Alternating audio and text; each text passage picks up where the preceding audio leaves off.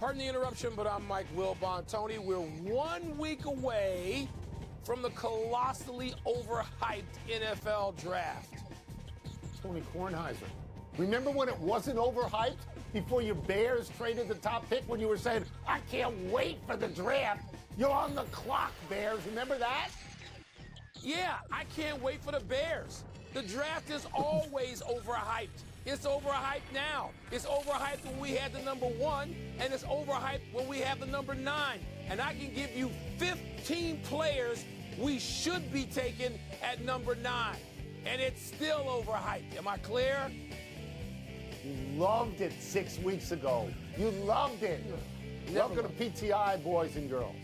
Today's episode, the Bruins lose, the A's take another step towards Las Vegas, and Kendrick Perkins joins us to talk about Kawhi Leonard's knee injury. But we begin today with the Memphis Grizzlies beating the Lakers last night without Ja Morant.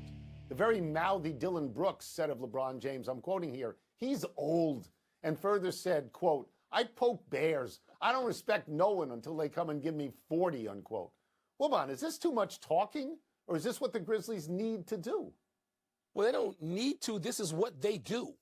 And it's not just because it's LeBron James. People don't really pay attention to small market Memphis all that much because they're too busy having to watch the Knicks on 2 or 3 times a week or even on national TV.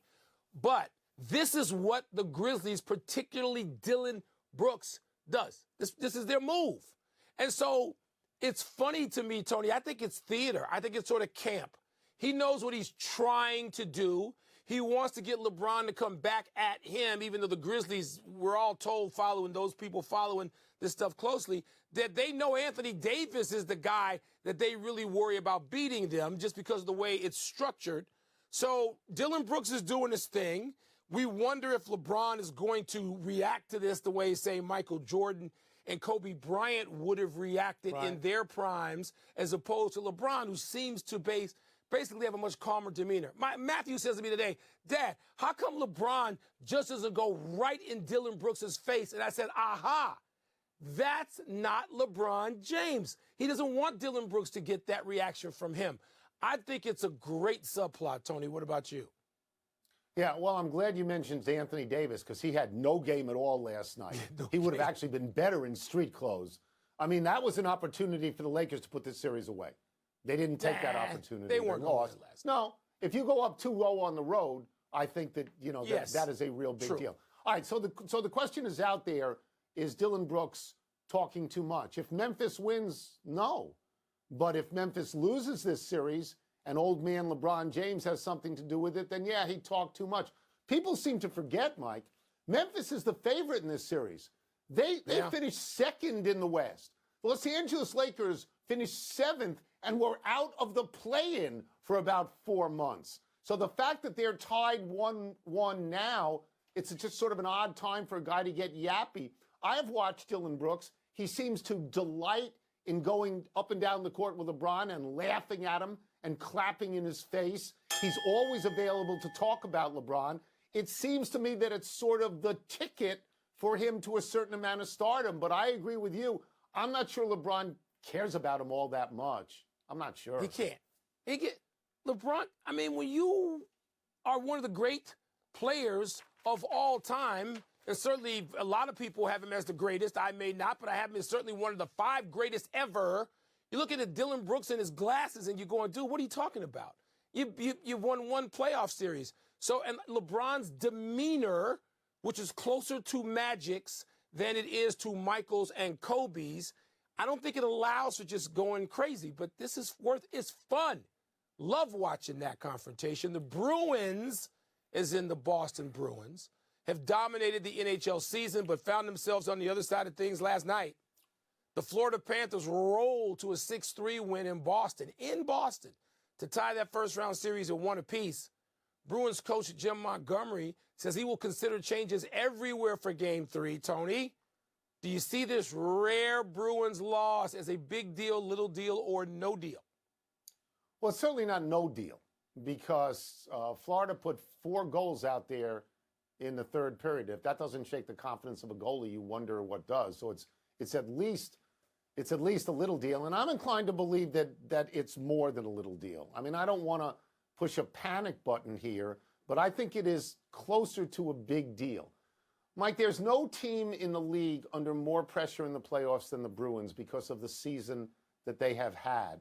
Everyone sort of assumes or is looking to the fact that the Bruins would roll through the playoffs and actually win the Stanley Cup. And if you get in a situation where at home you give up 4 goals in the third period, you turn the puck over 15 times when you normally turn the puck over 9 times, that's going to create a gasp or two.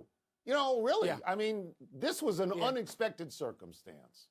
Yeah, Tony, it was the sloppiness with which the Bruins played that is the real reason for concern. Now, you could just say, you know what? I mean, turnovers are turnovers in any sport. And, you know, my least favorite phrase in all of sports is what coaches and players are, we're going to clean that up. As if you can just sort of wipe away mistakes forever. You did it once and it's gone. No, that's not the way it goes down. Now, they could reduce the number of turnovers and get back to something 9 or under in the next game. And the turnovers were bad. They led directly to Panthers scores. So I think it's at least a little deal. It may be a bigger deal, Tony, particularly in the context of people winning the President's Trophy, teams winning that 36 times, 8 of 36 have actually won the Stanley Cup. And nobody says, I think my 2013 Blackhawks. So there's some concern to be had here. I think that's true. I think the concern is legitimate. We're going to know by game 4 or 5 how big a deal this thing was. But let me just say this about Florida. I don't think that the Bruins want to play Florida in this series. That's a bad matchup for them. Florida was the #1 team in the league last year in terms of points. They were last year what the Bruins were this year, though not as good, obviously. They understand the pressure the Bruins are under because they were under it and they folded. You know, they go into this differently than other teams to me. We move. There's news today that the owner of the embattled Oakland A's has purchased 49 acres of land in Las Vegas, just off the Strip, with the intention of building a 35,000-seat stadium with a partially retractable roof. The president of the A's, Dave Kaval, I hope I pronounced that right, or Kaval, told the Las Vegas Journal Review, quote, Oakland has been a great home for us for over 50 years, but we feel there's a path here in southern Nevada, unquote. Well, Von, how sad would you be to see the A's leave Oakland? Very sad, Tony. You know, for somebody who has lived his whole life in the Midwest and the East, I've been to Oakland a fair number of times, particularly one when I covered baseball and the A's were really good for a stretch in the playoffs a lot. And then lately, since 2015, I go to Warriors games, a great many of them. And when you're walking in that arena, the old arena, the one that's not, you know, being occupied anymore, when you walk in there 3 hours early and there's a game next door, you say, wow, it's kind of quiet. There's a major league game here. And I would go in there, as I've told you, you could just sort of walk in. Usher, oh, you going to the Warriors? Come on in, have a seat for a while. I love going there, but there's hundreds of people, that's all. It can't be supported. The spirit of that community is so great about its sports that I hate to see it. But, Tony, the money is so great, the revenue stream is so great in Las Vegas. They're going to have to do this, Tone. They just are, and it's going to leave them without the Warriors who were in San Francisco, without the Raiders who were in Vegas. It's just sad. It's another obit. Okay. So let me give people a history lesson here. For every team that leaves one city, they are welcomed in another city. This is how Los Angeles and San Francisco got baseball teams. This is how Detroit and Atlanta got basketball teams. This is how Indianapolis and your adopted home of Phoenix got football teams. And this is how Dallas and Colorado got hockey teams. That's the way it goes. Okay, Vegas is getting everything right now, and Oakland is losing everything right now. But 5 minutes away, San Francisco has everything. The area is not bereft of professional teams. And nobody goes to these games. You can say to me, well, nobody goes because they don't spend any money and they don't have a good product. And I would say back to you, in the last 11 years, the Oakland A's were in the playoffs 6 times. That's one more than your Cubs. People just don't go. They don't go. This is now the way. I'm gonna shed a tear for the great Charlie Finley teams, as we know, with Reggie Jackson and Joe Rudy and Sal Bando and Cat Fitzgerald, Rollie Fingers, Vida Blue, all of them. But you know how they got the team, Mike? because Philadelphia A's left there and they went to Kansas City. And the Kansas City left there and they went to Oakland. And that's the cycle of life, kids. Let's take a break. But no, hold on, before we take a break. Oakland is not San Francisco. And for people like me, you don't go there much. You used to. It doesn't matter. It's a world away. It's like the north side and south side of Chicago, at the World Series? Which is 8 miles away, and yet I packed Hyatt House. Do you remember that? It's Ricky's a Hyatt different House? world. It's light years away. The communities are not connected in that way. I know what you're saying. You can get on BART and you can find your way to the Giants. And by the way, the Diamondbacks, the Dodgers, and the Padres ain't going to want to vote for that. But there's a sadness tone. And then nobody's there. That's factually accurate. They're not there. But they're still, not there. So it's a no bid. They're not there. You know? They've had a chance. What will the Warriors look like tonight without Draymond Green? Are we still on that? We're going to ask Kendrick Perkins. Haven't we moved on? And they're going to be in San Francisco. They've moved on. They're going to be in Oakland. We'll also ask him what Kawhi's knee injury could mean for the Clips tonight and going forward. 100 times out of 100. 100 times out of 100, if I asked you, would you rather be in San Francisco or Oakland, you would say, you kidding me? San Francisco. Palace. You would say that. Hotel. Let's get back into the NBA playoffs with our great friend from NBA Today, Kendrick Perkins. Let's start with the news about Kawhi Leonard, that he has reportedly been declared out for tonight's Game 3 between the Suns and the Clippers. He's got a right knee sprain. You know, what do you make of this, and how do you think this will affect the series? Well, Tony, I'm actually devastated, okay? I picked the Clippers to win this series, and Kawhi Leonard has arguably been the best player in the playoffs on both ends of the floor. This has been one of the best series outside of Golden State and the Kings. But I will say this. If you're the Phoenix Suns or if you're the Phoenix Suns fans, do not sleep on this game and do not think that Ty Lue is not going to have this Clipper team prepared. You have multiple guys, Eric Gordon, Norman Powell, Russell Westbrook, Marcus Morris, who we haven't seen, Bones Highland, Terrence Mann. You have a lot of guys that are capable of going for big nights that they're playing at home. And we know role players play better at home. But I will say I am very disappointed that I'm not seeing Kawhi Jordan Leonard tonight. I am very disappointed. Yeah, I'm a little worried as somebody rooting for the Suns, Perk. I'm a little worried about some trap game elements. But we're going to move to another guy that we ain't going to see tonight. Draymond Green, of course, who was suspended for Game 3, back in San Francisco. What do you expect, Perk? What do you expect from the Warriors? How do you think they can adjust? Can they cover one night for Draymond not being there? Well, they couldn't cover the nights that Draymond was there. What makes you think they're going to cover the night when Draymond is not there? The pace of the game and the tempo that the Kings play with is just too much for the Golden State Warriors.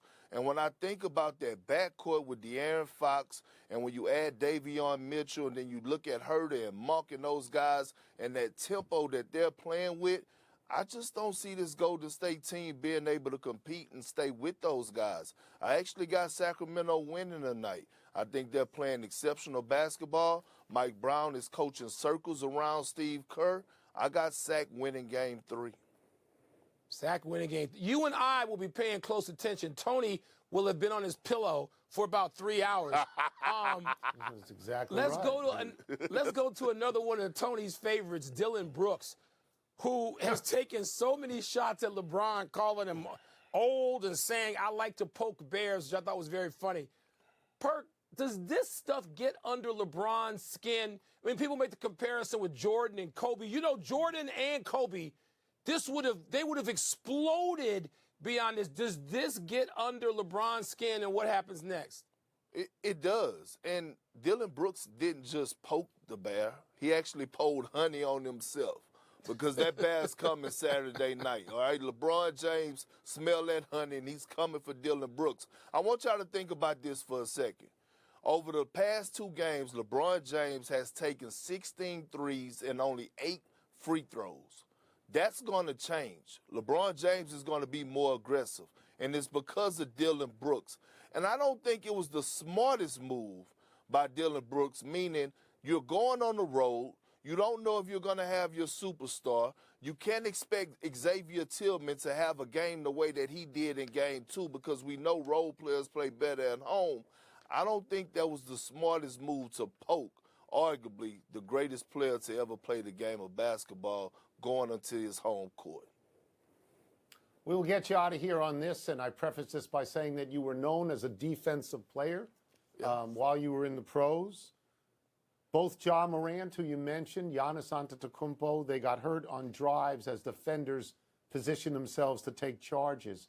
Should the NBA expand the charge circle and that way cut down on this type of action? No, Tony, no. We can't change everything about the game of basketball.